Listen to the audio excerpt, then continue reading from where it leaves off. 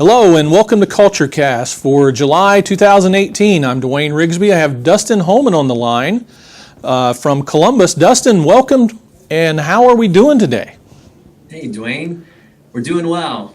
Good. We're recording today on July 3rd, so I know we're very antsy to get out and enjoy the July 4th festivities, but not before we record CultureCast. That's right. We got to get it in. This is one of Patrick's favorite shows. Oh, Patrick. He's probably wondering why we're not doing it live right now. Yeah. Well, and I appreciate that you're filling for him today, Duane. I've got a very special guest with me, and I'm very honored that she's here. She actually just walked down the hallway this morning. I keep finding these people in our office who have been to amazing places all over the world. And so today, my guest with me is Deanna Langenkamp. Deanna is a co-worker here at the State 4-H Center with me, helping to coordinate some of our state fair events, specifically the skillathons. And we're taking a little break from that to be able to have Deanna share her story about a trip that she took to Nicaragua recently.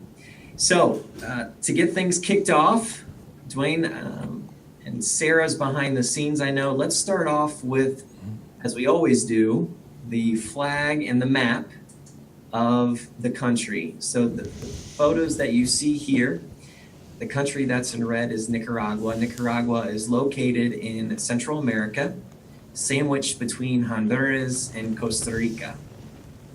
Nicaragua is about the size of the state of Pennsylvania, has a population of just over 6 million people, which is about the size of Maryland, a little less than the size of Indiana. It was formerly a Spanish and as well as a British colony, but now it's its own independent country. Its major industries include textiles, which would be like clothing, as well as agriculture. And within the agriculture industry specifically, they are big exporters of beef and coffee, which we're going to spend some time talking about today. I'm very excited. I'm already 2 cups in and very excited to learn a little bit more about that. So enough for me. Oh, the flag. I almost forgot. We always like to show the flag. This is the Nicaraguan flag. Again, so the next time that you're watching the Olympics, now hopefully you'll be able to pinpoint which of the flags is from Nicaragua. I would say the World Cup, which is going on right now. However, Nicaragua is not in the World Cup. Nope. So we'll have to wait to the next Olympics until we're able to identify this flag. So enough talking from me. I'm going to turn it over to Deanna. Deanna, welcome. Thank you for being here. Tell the viewers a little bit about yourself. So where did you come from? Where did you go to school? And what's your major now? Okay. My name's Deanna Langenkamp. I'm from St. Henry, Ohio, where I was involved in FFA and 4-H throughout high school. I'm now majoring in Animal Sciences with a minor in Ag Communications and a dairy certificate. And I hope to become a dairy nutritionist here pretty soon. She already knows what she wants to do. You're sophomore. Yeah. We'll be a sophomore. Yeah. I was still trying to figure out my life around that time. So impressive. So Deanna, also tell the folks a little bit about what are you doing this summer here at the State 4-H office? Okay. This summer, I'm working on the dairy, rabbit, and sheep skillathons and also helping out with various other events like livestock judging and different species bowls and things like that. So we're giving her a little glimpse into the world of extension. Maybe we'll be able to convince her to stay in extension once she graduates, but we'll see. So Deanna, let's get into some of your photos. You've got some amazing photos that really help to bring your words to life from the trip that you took to Nicaragua. So first of all, tell us, why did you go on this trip? And then how did this opportunity come about? So I actually went on this trip I signed up for it without actually knowing where we were going. It was at orientation last summer. They were talking about this first year experience trip that we could go on. And so I had never traveled anywhere before. So I was all for it. No matter where you were going? Yeah, I didn't care. You were just ready to get on an airplane. So speaking of that, you told me earlier, first time on an airplane, first time out of the country, right? And you didn't even know where you were going. It was quite the experience, that's for sure. Well, I mean, you knew where you were going when you got on the airplane, but to begin with. So tell us a little bit about, with this being your first time out of the country, Did you experience any culture shock? I was pretty prepared going into Nicaragua. I was prepared to have the different cultures and everything, but coming back home, it was right around Christmas time, and the different cultures there, they live a very humble life and a very simple life, and they're all very, very feel very blessed for what they have. And so coming back around Christmas time, it was kind of a culture shock coming back because everyone was getting all these extravagant gifts and everything. And I just was remembering how simple we were for the past 10 days down in Nicaragua. So. I've also had the opportunity to visit Nicaragua, and I'd second what you said. It's a very humbling experience. And I think sometimes the culture shock is actually when you come back to the U.S. and you just realize how readily available everything is and how much we actually have. Running water. Running water, right? And Deanna's going to tell us a little bit more about that when we get to some photos of her homestay. So, Sarah, let's dig into some of these photos. So the first photo that we see here looks like a basket with some red cherries in it, but that is not what they are, correct? Tell us about this. So these are actually coffee berries. So what you see whenever you get a bag of coffee is like the brown grounds. Well, they start off looking like these berries whenever you pick them off trees.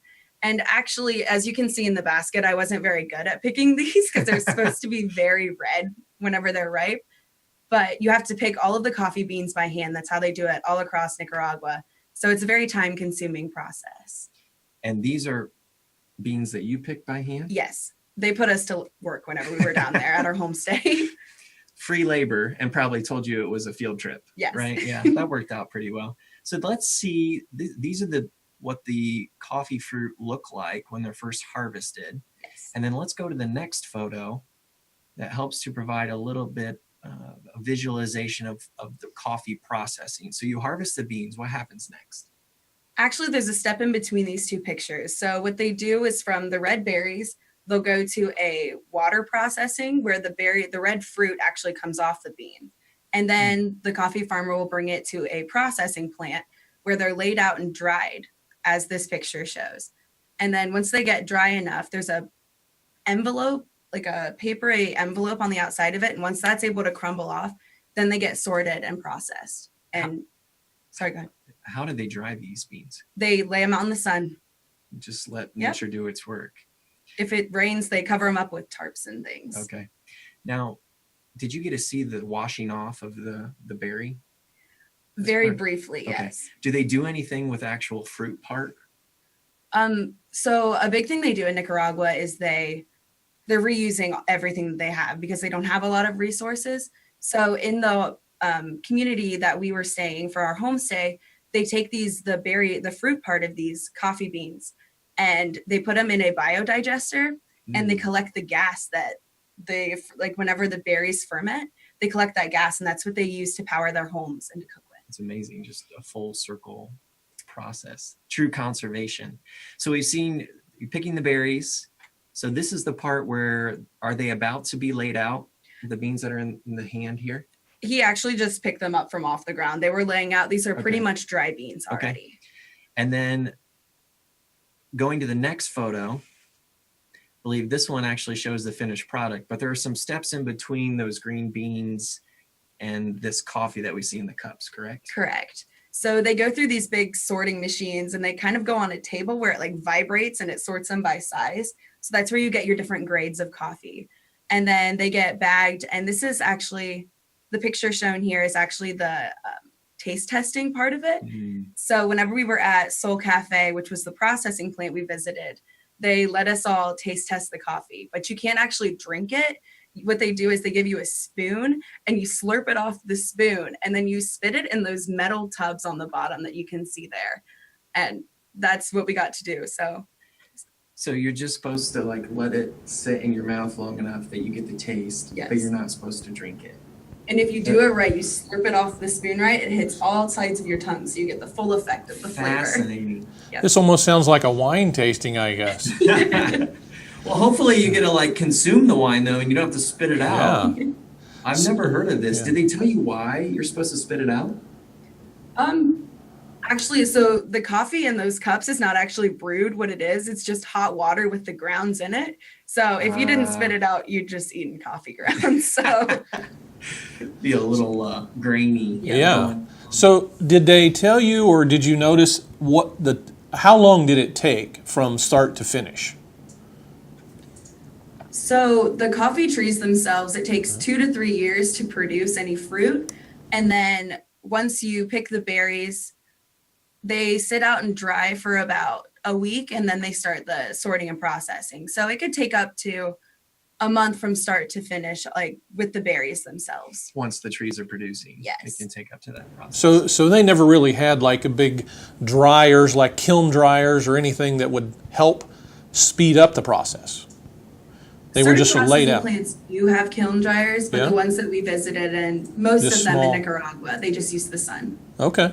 Well, I mean, it was interesting is, we are used to making everything as fast as we can. And, and to see that, it's like, oh, this is really how it should be done. And this is probably going to give you the best flavor ever, versus hurry up and get it done and, oh, it's good enough. Yeah, that's a good point, Duane. And from what you were mentioning earlier, Deanna, part of this is just out of the resources they have, right? So Correct. these coffee farmers probably can't afford a kiln.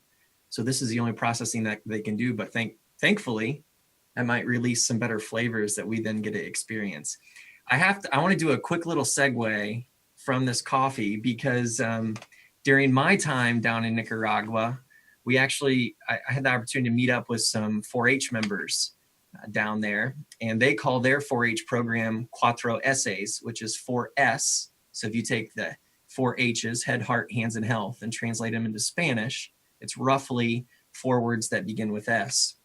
But their 4-H members down in Nicaragua are making coffee as part of their 4-H projects. So here in the U.S., 4-H members will typically, you might see them taking a dairy cow to the fair, or maybe they're doing a still project like photography. Down in Nicaragua, they're growing coffee. And as part of this partnership that we have here in Ohio with Cuatro Essays down in Nicaragua, we're actually selling this coffee as a fundraiser to support 4-H members in both countries. I kind of feel like this is like a commercial break in the middle of our culture cast, but I think it's a really cool project, and Deanna got to see how all of this happens before we get it in the bags here and are able to enjoy it. So compared to coffee here in the US, how did the stuff you enjoyed, how did it taste? I wasn't a big coffee drinker until I went down to Nicaragua, and the coffee down there was so good that now I drink coffee all the time. So I'm glad that experience turned you on to this. And I think for those that may not know a lot about coffee, there's a region of the world called the Coffee Belt. And countries like Honduras, Nicaragua, Costa Rica, right around there in Central America, they're known for their coffee that they produce, as well as some regions over in Africa and Asia as well. So you were in like the bread basket of some of the best coffee that's green. So another question, Dustin. Deanna, you said you wasn't a coffee drinker until you got there and it was so good. What was the flavor that got you hooked? well, actually, one of the first cups of coffee I had, they put evaporated milk in, Yeah? and it was just life-changing. It was amazing. Really? Yeah. And the other question is, do they serve it cold or hot? They serve it hot. Always hot, because up here we get a lot of cold coffee too. Did you notice when coffee was served that it would be served with a healthy dose of sugar and milk most times, or was it normally served black? Whenever it was served to us, you could definitely tell there was some sugar and cream in it as well, but we didn't put it in that ourselves. So I'm not sure what all went into the coffee. It was just really good. Okay. I noticed when I was down there, when coffee was served to me, it would be heavily dosed with sugar, and I prefer just to have black coffee to taste the flavors that come out of it. So I didn't know if that was maybe a perception that they had of us, that Americans only drink coffee with sugar in it, or if that was really part of their culture. That's something I need to investigate. But yeah, we could spend a whole culture cast just talking about coffee, as you can tell by Deanna and I's enthusiasm. Yeah. But I want to get to a few more of these photos. so that Deanna has an opportunity to share a little bit more about her experience. So if you can't tell from this photo, Deanna likes cows. Deanna, tell us a little bit about how this photo came to be. So this was our first day in our homestay, and we were walking down to a river, and we passed, this is actually a cliff. You can't see it very well, but this cow is like standing on 2 foot of grass, and then it's like a sharp drop off. And we saw this cow, and I kind of freaked out because I was so excited to see like a little bit of home here in Nicaragua. And so we all had to stop, and I got a big picture with it. It So were you surprised to see that they had Holstein cattle down there like we have here?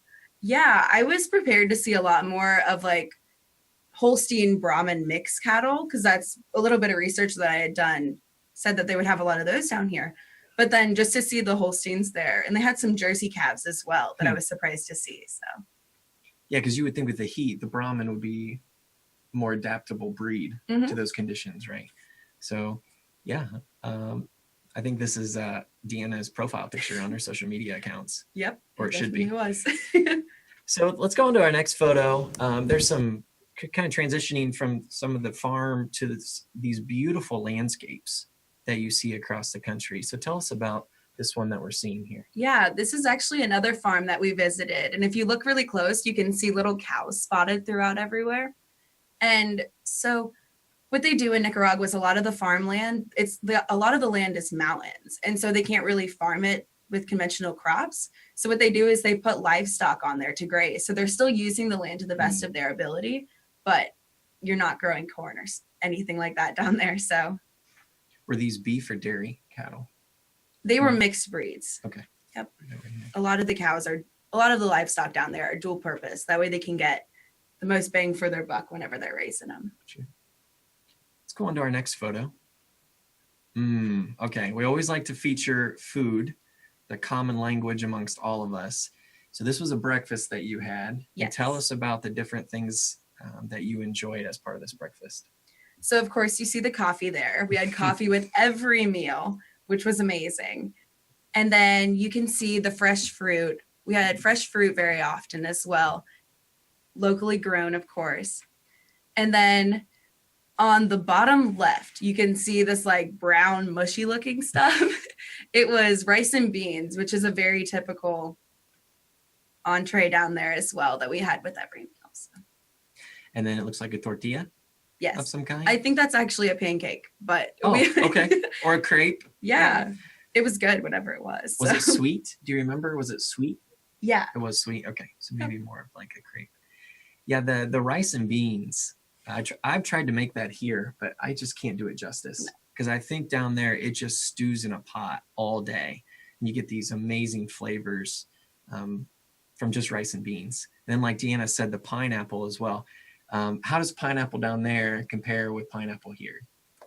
I'm a big pineapple fan, but down there it was just so sweet. It was amazing. Yeah, it's hard to get that freshness up here. I think that's one of the benefits of traveling, is just to enjoy the food in different places and to be able to source ingredients right from farms. You know, we don't really have much of the similar, as we don't really have a similar climate as they do down there. So they're able to grow some things that we are not, and to be able to visit and have that fresh produce is an experience. And then it looks like you also have 2 different kinds of eggs. Yes. Were eggs a common breakfast food? Yeah. Down there as well? Pretty common. And is that a hunk of queso that I also see on the plate? That was fresh cheese, actually. So that was grown at a farm right near, this was at a hotel that we stayed at one night, but that was grown at a local farm or made at a local farm. Did you find that you would get a block of cheese at most meals? Yes. As part of your, you just kind of get this hunk of cheese of queso sometimes as part of your meal. Let's go on to our next photo. So tell us about some of these landscapes, and I believe you have a story with this waterfall, Yes. right? Okay. So we went to visit this waterfall, and we had just walked around. We were about ready to leave, and then the manager for this like national park came up, and he started telling us this story. And so the story goes that a Native American tribe used to live here, and the chief's daughter was in love with a man that she wasn't allowed to marry. And so forbidden love, and the story went on. And it ended up that the young couple stood at the top of this rock face before the waterfall was there. And they had jumped off the cliff, and then the water started sprouting. And then, so that's how the waterfall came to be. Wow. So that's this guy believes this is Yes. the story behind how this happens. And you just got to witness an absolutely beautiful landscape. Yes. I'm just so amazed that it looks like this and it's December Mm-hmm. down there, right? What was the temperature like? It was hot. It was hot and very muggy down there. But it was probably about, whenever you got into the mountains, it was a lot cooler. Mm-hmm. It was probably around 70, but down in the cities, it was closer to 90. So. And how many days were you there as part of the study abroad? We were there for 10 days. Go to our next photo. Deanna, if it was so hot in December, is it normally even hotter during the summer, or is it kind of about the same? It's pretty much about the same. They don't have a lot of like climate change down there, like different seasons. They have more of a rainy season and a dry season. Okay. So this is a peculiar photo. Tell us about it. This was during our homestay. So we were up in the mountains and the bugs were really bad. So they gave us these mosquito nets so that we didn't get eaten alive when we were sleeping. Were you cautioned or warned about malaria while you were down there? Not while we were down there. Beforehand, they told us to go to the doctor and make sure we were up on all of our vaccines and everything. Okay. Yeah, I wasn't sure if this was an area where malaria was prevalent, but yeah, that's one way to keep the bugs off.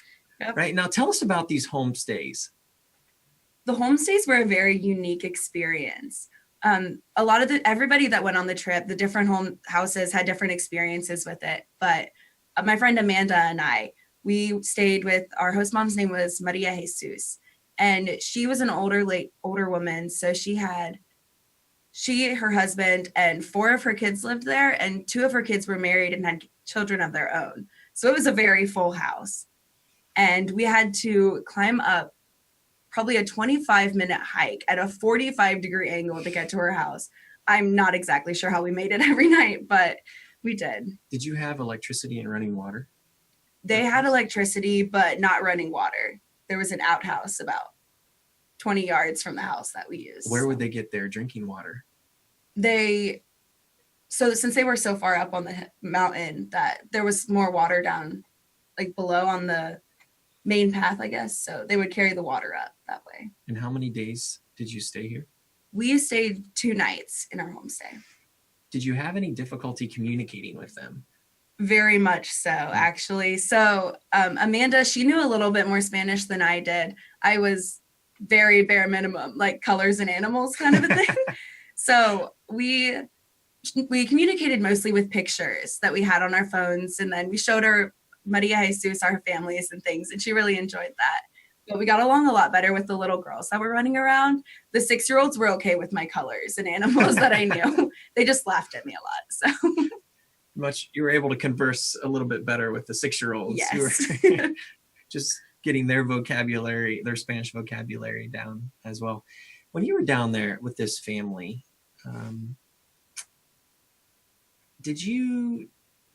how would you describe the culture in terms of this family? So you think about in the U.S., I think we're a very individualized culture, right? It's kind of, I'm going to make my way.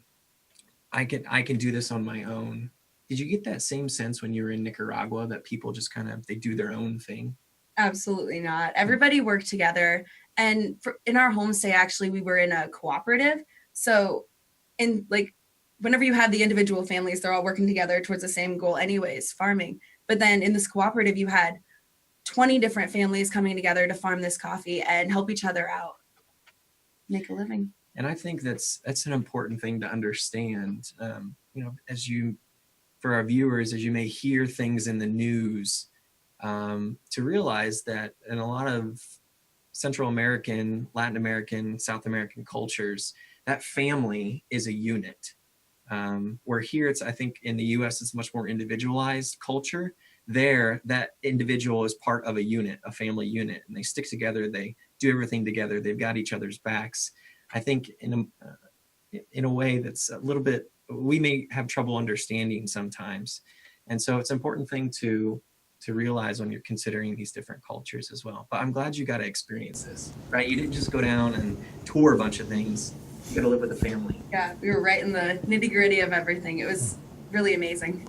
Dustin, I got another question for you, or actually Deanna. What as you were talking about the family being a unit of one, the rest of the village or anything like that, you probably didn't see a lot of money transfer either, did you? No. Probably it was a lot of trade, maybe. How did that work, or did you get any experience with that? Did they trade fruit for beans, or anything? We didn't really get to experience that much when we were down there, but you could tell that everyone, the cooperative was very self-sustaining. So whatever they grew, they didn't go out and go to Walmart and buy their fruit and things. They grew the fruit on their farms, and then they helped each other out and traded. Like if somebody had a plantain tree, they would trade their plantains, and perhaps for someone that had a dairy cow with milk. And I remember when I was down there, almost everything you could bargain for. Yes. Where opposed to here in the US, what's on the price tag, that's what you pay. Down there, they're very savvy. A lot of people I met were very savvy business people. And so they would give you a price for something, and you could take the price and they would be making a really big margin, or you could try to negotiate them down. Did you experience that as well? Yeah. A lot of bargaining. Our professors had warned us when we went down there, before you go to the markets, make sure you're prepared to bargain with people. Otherwise, you're going to lose a lot of money. But they're smart, because they know that's how our culture works, right? Yeah. Everything, price tag on everything. Yeah. That's not what it is down there. Right. Dustin, we only got a few minutes left. Is there what's the last thing? We usually ask a few questions and go through that before we end. I'm going to ask Deanna one last question. Before I do, I want to end on the photo. There's a photo of a sunset. Oh, yes. Take us a second. We'll get to it. People would pay big money to be able to go and stay at a place with a view like that. So Deanna, I always end Culture Cast by asking, why should people visit Nicaragua? Nicaragua, I'm having a problem putting this into words, honestly, because the experience was so amazing. It was humbling to know how people live, and they're so happy. Like whenever you're here in America, you have a lot of people, they're always trying to improve themselves, always trying to better themselves in a more competitive atmosphere, I guess, which isn't a bad thing. But down there, everyone is just happy with where they're at. And I'm sorry, I'm trying to. They're satisfied. Yeah. It's just, would you say peace? Yes. Everyone is so peaceful. It's just, we're at peace. Yeah. I would agree with you. And you live in a place where you walk out your back door on your farm and you see a view like that. How could you not just be humbled by the place that you're able to live in? Would you go back if you had another opportunity? In a heartbeat. Hopefully this is another place we can add to our bucket lists. Yeah. Duane, of places that we need to visit. And honestly, for a place like Nicaragua, flights are not that expensive from the US. It's maybe 3-ish hours flight. And while I was there, the Nicaraguans frequently told me, we have the same views, the same natural landscapes as Costa Rica, just at a cheaper price. Really? Wow. So I hope through Deanna's stories, our viewers are moved to maybe one day consider heading to Nicaragua to a place to visit. Yeah, absolutely. Hey, great story. I love it. I'd love to hear more, but unfortunately we're out of time for this segment. So until next time, Dustin, really appreciate you and Deanna for sharing everything, and we will talk to everyone next month. Great. Thanks, Duane.